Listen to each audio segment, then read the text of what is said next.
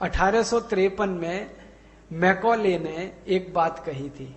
Macaulay माने Thomas Babington Macaulay, जिसने अंग्रेजी भारत में लाई, अंग्रेजी को भारत में स्थापित करने वाला जो अंग्रेज मैकॉले, वो 1834 में भारत आया और उसके कुछ साल यहां रहा, फिर वापस इंग्लैंड गया और उसने एक बिल पास कराया ब्रिटिश पार्लियामेंट में कि भारत में अंग्रेजी भाषा की शिक्षा शुरू की जाए। तो अंग्रेजी भाषा का बिल तो 1840 में बन गया था, लेकिन किसी कारण से लटकते लटकते 1853 में पास हुआ। तो 1853 में जब बिल पास हुआ ब्रिटिश पार्लियामेंट लोकसभा में, तब उसने जो भाषण दिया तो उसने कहा कि भारत की हिंदी भारत की रीढ़ की हड्डी है। जरा ध्यान से सुनना इस बात। भारत की जो भाषा हिंदी है वो भारत की रीढ़ की हड्डी है, माने पूरा भारत इसी पे टिका हुआ है। अब इस रीढ़ की हड्डी को तोड़ दो तो भारत हमेशा के लिए गिर पड़ेगा। ये उसके शब्द हैं मैकॉले के। तो मैकॉले ने 1853 में अंग्रेजी भाषा को भारत की शिक्षा का माध्यम बनाने का जो कानून बनवा लिया, वो इसी तर्क के आधार पर, अब वो लागू हो गया। अब 1853 से वो लागू हुआ है, 2010 तक भी वही चल रहा है। मैकॉले ने तय कराया था कि भारत में माध्यम अंग्रेजी होगा, सभी भाषा माने ज्ञान का, पढ़ाई का, ज्ञान का, वही आज तक चला आ रहा है। समाज की भाषा हिंदी, लेकिन राज की भाषा अंग्रेजी। समाज की भाषा हिंदी, सरकार की भाषा अंग्रेजी। समाज की भाषा हिंदी, विज्ञान, तकनीकी, अर्थशास्त्र, समाजशास्त्र, सब विषयों की भाषा अंग्रेजी। समाज की भाषा हिंदी, लेकिन स्कूल कॉलेजों की भाषा अंग्रेजी। समाज की भाषा हिंदी, लेकिन न्यायालयों की भाषा अंग्रेजी। समाज की भाषा हिंदी, लेकिन संसद की भाषा अंग्रेजी। ये सब 1853 वाले कानून के प्रतिरूप हैं। मुझे नहीं लगता कि मैकॉले मर गया है, उसी की आत्मा है जो हम सब में प्रवेश कर गई। मैं अपने आप को भी उसमें मानता हूं, अलग नहीं मानता, क्योंकि हम सब उसी अंग्रेजी शिक्षा में से पढ़कर निकले हैं ना, इसलिए मुझे परिचय देने में अच्छा नहीं लगता। कोई वो सम्मानजनक नहीं है। हम अपनी डिग्रियां बताते हैं, वो एक तरह से अंग्रेजों का सम्मान बढ़ाते हैं, उसमें भारत का सम्मान नहीं है, क्योंकि ये डिग्रियां तो सब अंग्रेज बना के गए ना। BA, BCom, BSc, BTech, MTech, MBA, BBA, ये तो सब अंग्रेजों की बनाई हुई। इन्हीं को तो गाते हैं ना हम हर जगह व्याख्यान के पहले। मुझे बिल्कुल नहीं अच्छा लगता कि आप इसको गाएं और फिर सबको इसका हैसियत बताएं कि देखो ये कितना ऊंचा आदमी है, क्योंकि अंग्रेजों के बनाए हुए कागज के टुकड़े हैं इसके पास। भले ऊपर पूरा खाली है, लेकिन कागज के कुछ टुकड़े हैं हमारे पास। और हम मूर्खानंद ऐसे हैं कि उन कागज के टुकड़ों को फ्रेम में लगा लगा कर घर में, दीवार पे, ड्राइंग रूम में, डाइनिंग रूम में, ये कागज के टुकड़े जिनका ज्ञान से कोई लेना देना नहीं, वो हमारे लिए महत्व के हैं, क्योंकि हम सब में मैकॉले की आत्मा ने प्रवेश किया हुआ है। सच कह रहा हूं आपसे, आज हिंदी दिवस है तो अपनी आत्मालोचन भी हमें करने की जरूरत है। और अगर नहीं मैकॉले की आत्मा हम में आई होती तो हमारे बच्चे कभी भी मम्मी डैडी नहीं बोल रहे होते, ना कभी मम्मी पापा बोल रहे होते। ना मम्मी का अर्थ मालूम है, ना डैडी का अर्थ मालूम, बोल रहे हैं बस। मम्मी का अर्थ होता है मरा हुआ, जिसमें से जान निकल जाए वो मम्मी होती है। और हम अपनी जीती जागती मां को मम्मी मम्मी बोल के मार डालने की तैयारी, हमें मैकॉले ने प्रवेश कर रखा। डैडी माने होता है मरे हुए जैसा। अंग्रेजी शब्द है डैड, माने मरा हुआ, डैडी मरे हुए जैसा। तो डैडी बोल रहे हैं, मम्मी बोल रहे हैं, आंटी बोल रहे हैं, अंकल बोल रहे हैं, जिसका कोई मतलब नहीं। कोई नहीं बता सकता कि आंटी का मतलब चाची है कि ताई है कि बुआ है कि फूफी है कि मामी है कि मौसी है, या ये सब है। कोई नहीं बता सकता। लेकिन हमारे बच्चे बोल रहे हैं आंटी अंकल। कोई नहीं बता सकता कि वो चाचा है कि ताऊ है कि मामा है कि फूफा है कि मौसा है, या मौसा का मौसा है, मामा का मामा है, कोई नहीं बता सकता। लेकिन हमारे बच्चे बोल रहे हैं अंकल आंटी, क्योंकि मैकॉले ने प्रवेश कर रखा है हमारे अंदर। और ऐसे ऐसे विचित्र अनुभव आते हैं मुझे। मैं किसी के घर में जाता हूं तो क्या दिखाई देता है, पिताजी का नाम रामदयाल, माताजी गायत्री देवी, बेटे का नाम टिंकू।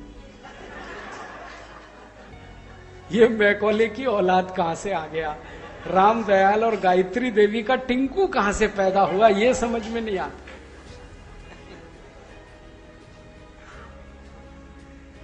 और अंग्रेजी डिक्शनरी अगर आप देखोगे तो टिंकू का अर्थ है आवारा लड़का। सच में अंग्रेजी डिक्शनरी में टिंकू का मतलब है आवारा लड़का, जो बाप की ना सुने, माँ की ना सुने, घर के बाहर रहे, वो टिंकू है। अब यहां रामदयाल और गायत्री देवी का आज्ञाकारी बेटा टिंकू हो गया। मैकॉले जिंदाबाद। ये है मैकॉले की आदत। हमारे घरों के बाहर नाम लिखे हुए हैं, क्या विचित्र विचित्र नाम है। ऐसे ऐसे नाम जो कभी हम सपने में न सोच सके। ये तो हुआ यही कि 64 साल में हम हिंदी से विमुख हुए, या हम हीन भावना में डूब गए। हमको हिंदी में अब कुछ ऐसा दिखता ही नहीं है कि गौरव कर सकें। इसलिए ये mummy daddy uncle aunty Tinku Pinku Babli Dabli Dimple pimple Twinkle ये सब घर में घुस गए। भले अर्थ नहीं मालूम ट्विंकल का क्या मतलब है, लेकिन घर की बेटी का नाम है ट्विंकल खन्ना। मैंने पूछा एक बार उनसे कि आपके नाम का मतलब मालूम है आपको, कि नहीं मालूम। अम्मा ने रख दिया, पिताजी ने रख दिया, तो हो गया ट्विंकल खन्ना। डिम्पल किसी का, पिंपल किसी का, कुछ कुछ विचित्र विचित्र से नाम। डब्लू बबलू डॉली। डब्लू एक अंग्रेजी शब्द है, अक्षर है डब्लू, उसका नाम से क्या लेना देना। डब्लू जो है ना प्रॉपर नाउन नहीं हो सकता कभी भी, लेकिन हम विचित्र लोग डब्लू डब्लू बोल रहे। तो मुश्किल हमारे साथ क्या हुई, मुझे जो दुख है, अंग्रेजों ने हमारे साथ षड्यंत्र किया। अंग्रेजों के जाने के बाद हमारे ही अपने नेता जो अंग्रेजों के भगत थे, उन्होंने हमको धोखा दिया। लेकिन हमने भी अपने आप को बहुत धोखा दिया। हमने इतना धोखा दिया कि उन्होंने जो कुछ कह दिया उसको हमने कभी जांचा नहीं, परखा नहीं, देखा नहीं कि ये सच कह रहे हैं या झूठ कह रहे हैं। इन्होंने कह दिया जी हिंदी में विज्ञान नहीं पढ़ाया जा सकता, हमने मान लिया। उन्होंने कह दिया जी हिंदी में शब्द बहुत कम है, हमने मान लिया। उन्होंने कह दिया जी हिंदी तो मूर्खों की भाषा, गंवारों की, हमने मान लिया। अब ये जो हम किसी के कहने पर मानते चले गए और उसको जांच नहीं की, इससे बड़ी मूर्खता कुछ नहीं होती।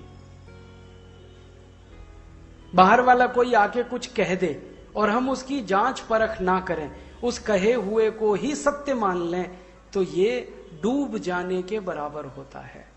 हम 64 साल में ऐसे ही डूब गए। इसलिए हिंदी का महत्व, हिंदी का सम्मान, हिंदी का गौरव हमसे चला गया तो सरकार ने तो पहले से ही छोड़ रखा था। इसलिए कोई बड़ा आंदोलन नहीं खड़ा होता। कभी हुआ था एक बड़ा आंदोलन आर्य समाजियों के बदौलत, उनकी ताकत, लेकिन उसके बाद तो खत्म। लोहिया जी के जाने के बाद तो सन्नाटा है पूरे देश। हिंदी के लिए कोई आंदोलन नहीं खड़ा हुआ, और जो हो जाता तो ये दिन हमें नहीं देखना पड़ता। जो आज हम रो रहे हैं ना कि हिंदी हमारे संविधान की भाषा नहीं है, इसके लिए रोना अपने आप से भी है कि हमने चूंकि हिंदी को गिरा दिया अपने रोजमर्रा के जीवन में। जब हम उसे सम्मान नहीं देंगे तो दूसरों से आप कैसे अपेक्षा करेंगे कि वो सम्मान दे।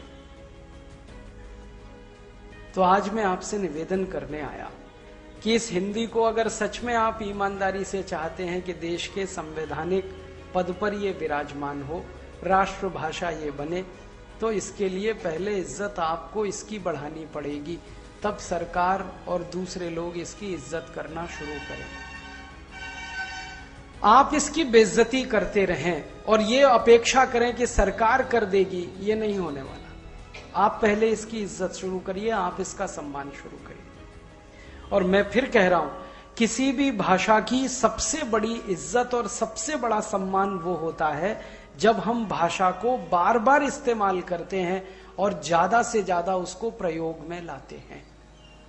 जितना ज्यादा प्रयोग आप हिंदी का करेंगे, जितना ज्यादा इस हिंदी का इस्तेमाल आप करेंगे अपने रोजमर्रा जीवन से लेकर अपने शोध प्रबंधों तक, उतना ही ज्यादा हिंदी का सम्मान बढ़ेगा। और आप में अगर इसका आत्म गौरव आया, हिंदी का सम्मान आपने बढ़ाया, तो सरकार से तो करवाई लेंगे, वो कौन सी बड़ी बात। सरकार तो कर देगी, बहुत मुश्किल नहीं है अब इस देश में। अब जमाना थोड़ा बदल गया है।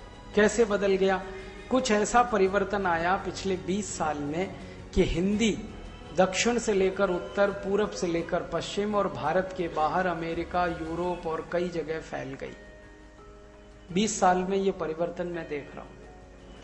हिंदी का उपयोग बढ़ रहा है, भारत में ही नहीं, अमेरिका में। संयुक्त राष्ट्र महासभा में अब तक कुछ भाषाओं को विशेष दर्जा मिला हुआ है, जैसे फ्रेंच। संयुक्त राष्ट्र में फ्रेंच तो मूल भाषा है, अरबिक, अरबी भाषा, फिर चीनी, चीन वालों की भाषा, फिर स्पेनिश। तो ऐसे 5-6 भाषाओं को उन्होंने बहुत सम्मान दे रखा है संयुक्त राष्ट्र ने। अब संयुक्त राष्ट्र गंभीरता से सोच रहा है कि हिंदी को भी वही दर्जा मिले जो फ्रेंच को है, स्पेनिश को है, अरबी को है, चीनी को है, वो हिंदी को भी मिले। और संयुक्त राष्ट्र ने इस बार कहा भारत सरकार से कि आपकी भाषा को हम संयुक्त राष्ट्र की भाषा बनाना चाहते हैं, आप इस दिशा में थोड़ा प्रयास करें, हम भी आपका सहयोग करें। तो पता है क्या कहा उन्होंने? संयुक्त राष्ट्र की संस्था है, स्थायी समिति, उन्होंने भारत सरकार को एक प्रस्ताव दिया कि हर साल भारत सरकार $70 करोड़ खर्च करे, क्योंकि यहां जब हिंदी को हम फ्रेंच के स्तर पे ले आएंगे तो संयुक्त राष्ट्र में जो भी व्याख्यान और चर्चाएं होती हैं उन सबका हिंदी भाषांतर हमें सबको सुनाना पड़ेगा, जैसे वो फ्रेंच और दूसरी भाषा में सुनाते हैं। तो वो कहते हैं इसमें $70 करोड़ का खर्च है। और इस समय संयुक्त राष्ट्र जो है ना दिवालिया हो गया। वो कहते हैं जी हमारे पास तो पैसे हैं नहीं, हमारे पास तो अपने कर्मचारियों को तनख्वाह देने के पैसे नहीं है। तो आप अगर $70 करोड़ प्रतिवर्ष हमको दे सकें भारत से, तो हिंदी का वो स्तर हो जाएगा जो वहां फ्रेंच का है, अरबी का है, चीनी का है, स्पेनिश का है। माने हिंदी की हैसियत संयुक्त राष्ट्र की भाषा वाली हो जाएगी। संयुक्त राष्ट्र इसको सैद्धांतिक रूप से मान चुका है, बस भारत सरकार देरी कर रही है। भारत सरकार अभी तक ये तय नहीं कर पाई है कि ये $70 करोड़ दिए जाएं कि न दिए जाएं। भारत सरकार का माने भारत के अधिकारी, ये उसमें अड़ंगे लगा रहे हैं, कह रहे हैं जी फालतू खर्चा है, इससे कोई फायदा नहीं होने वाला है, ये अधिकारी अपनी जेब में जो डाल रहे हैं वो सब अच्छा खर्चा है, और हिंदी के लिए $70 करोड़ खर्च हो तो ये फालतू हो गया। तो ऐसे जिन अधिकारियों ने अड़ंगे लगा रखे हैं उनको हमने चिन्हित कर लिया है और उन पर हम इतना दबाव डाल रहे हैं कि वो 2-4 महीने में अपने इस दुराग्रह को छोड़ ही देंगे और $70 करोड़ तो निकल ही आएगा। क्योंकि $70 करोड़ कोई बहुत बड़ी रकम थोड़ी है। भारत के देश में जहां 11.5 लाख करोड़ का बजट हो, वहां 400-425 करोड़ रुपए बैठता है। $70 करोड़ कौन सी बड़ी रकम? 350 करोड़ बैठता है।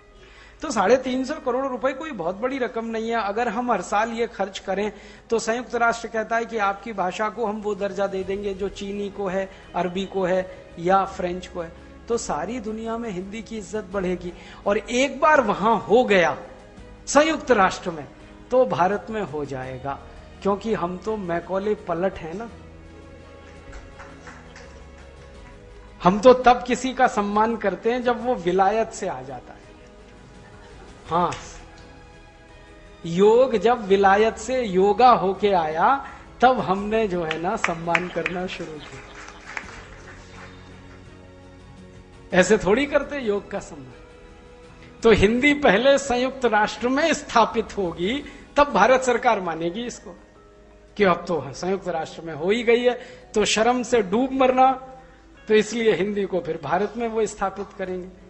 तो हम कोशिश कर रहे हैं कि संयुक्त राष्ट्र में जल्दी से जल्दी हिंदी को जो दर्जा देने की बात वो कह रहे हैं वो मिल जाए।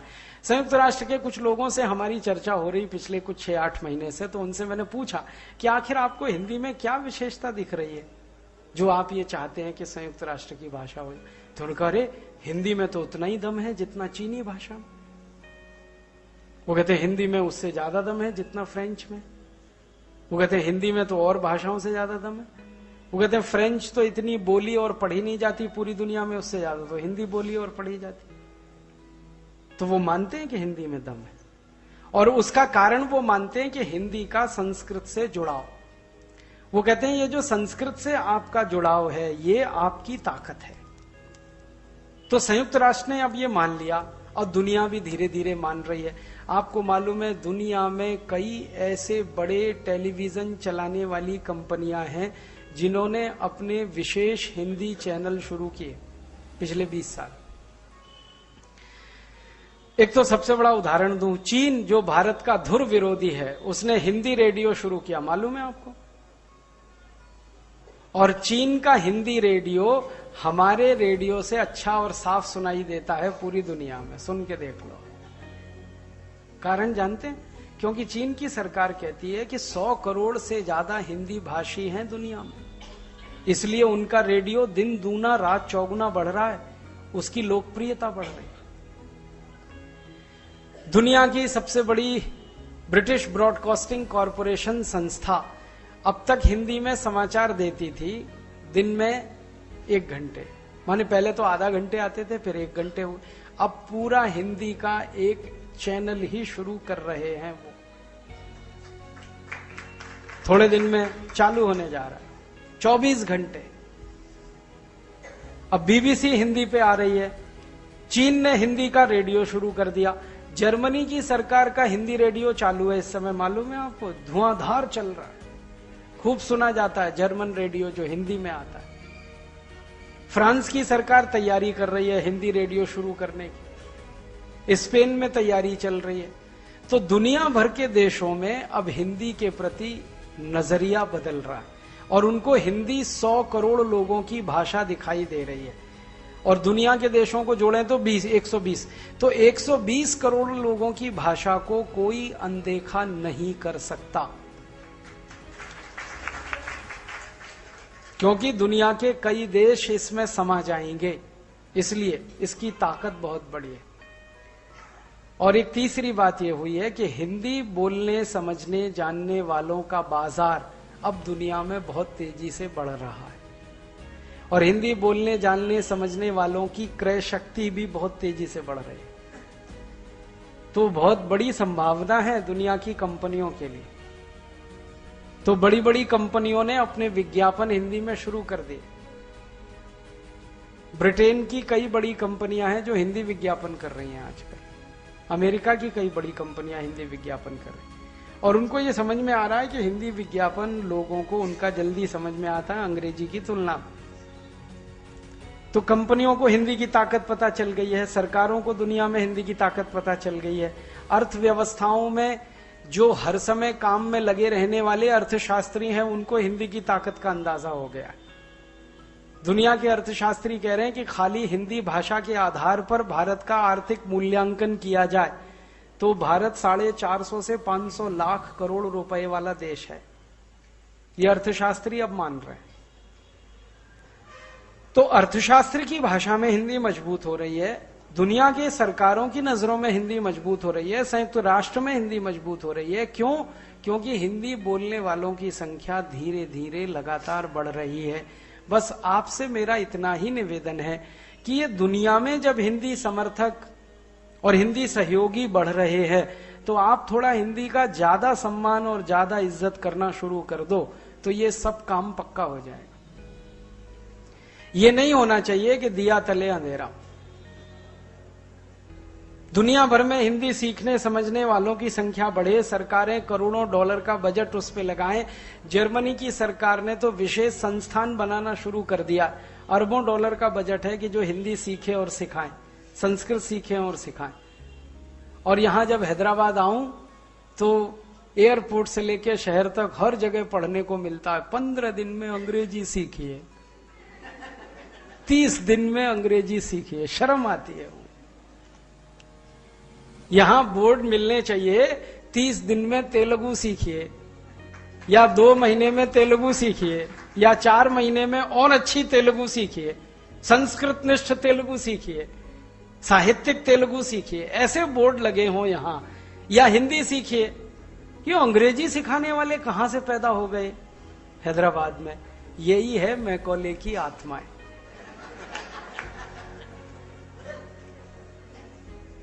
इन मैकॉले आत्माओं से पिंड छुड़ाओ, अपना और इस समाज का।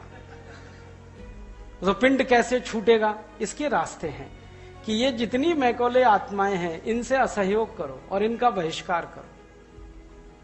इनको अपने किसी सम्मान समारोह में मत बुलाओ और इनका कोई सम्मान मत करो और इनसे कोई रिश्ता मत रखो। आपके घर में शादी है, अपने घर का निमंत्रण उनको मत दे के आओ जो मैकॉले मानस पुत्र, मत बुलाओ उनको अपने घर, और उनके घर आप मत जाओ। देखो कैसे सुधरते हैं ये सब अल्पमत में हो जाएंगे थोड़ी ही देर में। आप देख लेना, जैसे ही आपने इनसे रिश्ता तोड़ा और इनसे मुख मोड़ा, ये सब तो अल्पमत में आ जाएंगे। इनकी जड़ें तो आपके पानी से सिंचित हो रही हैं, आपने इनकी जड़ों में पानी देना बंद किया, ये तो सूख जाएंगे, सबके सब मर जाएंगे, चिंता मत करो।